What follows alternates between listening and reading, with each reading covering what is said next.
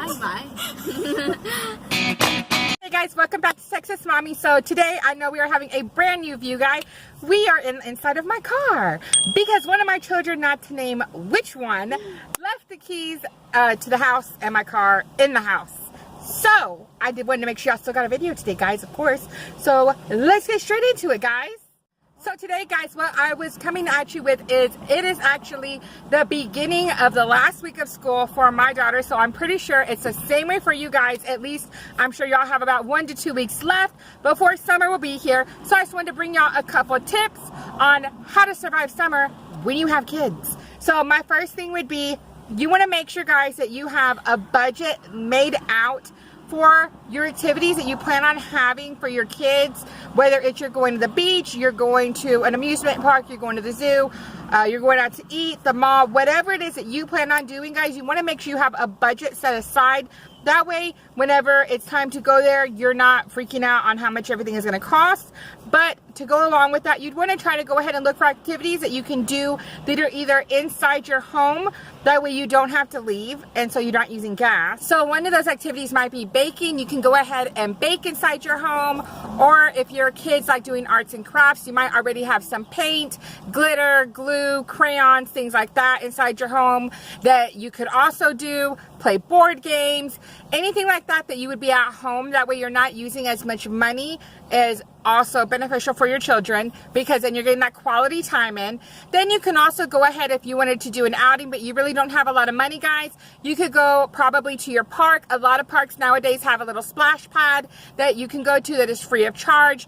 I know a lot of city pools are maybe about like $1, $2 to get in, so you could even do that. A lot of our kids have friends that they can go spend time with, or you know, you can have the friends come to your house and y'all could do just something small, whether it's, you know, your kid has a sleepover and they just, you know, stay up, eat pizza, talk, play games, whatever it is that your kids want to do. Like I said, these are just some quick, easy tips. Other things that I would recommend is definitely go hit up your dollar store, hit up your Target dollar spot. There's always lots of good things you can find in there that your kids can do. Maybe you can have a project that y'all do over the summer that's maybe something small.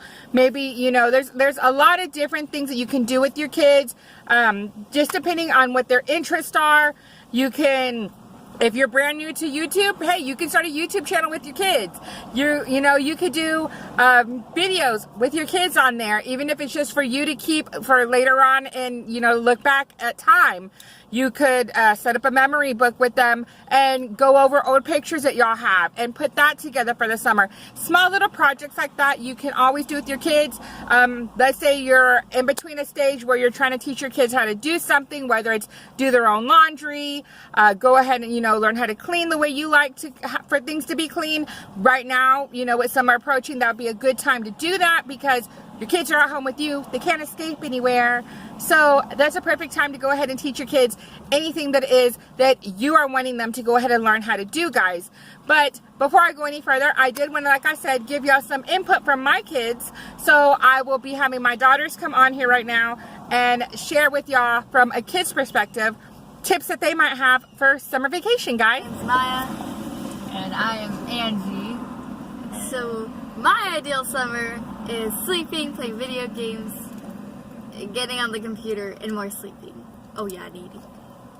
Can't forget the eating. My ideal summer would just be everybody leaving me alone so that I can sleep peacefully, and then so I can wake up at like 9 o'clock in the night so I can draw and play video games while she's not playing video games. That was it. That was both of my kids' perspective on what their ideal summer vacation would be, which apparently is just a bunch of sleeping and doing nothingness.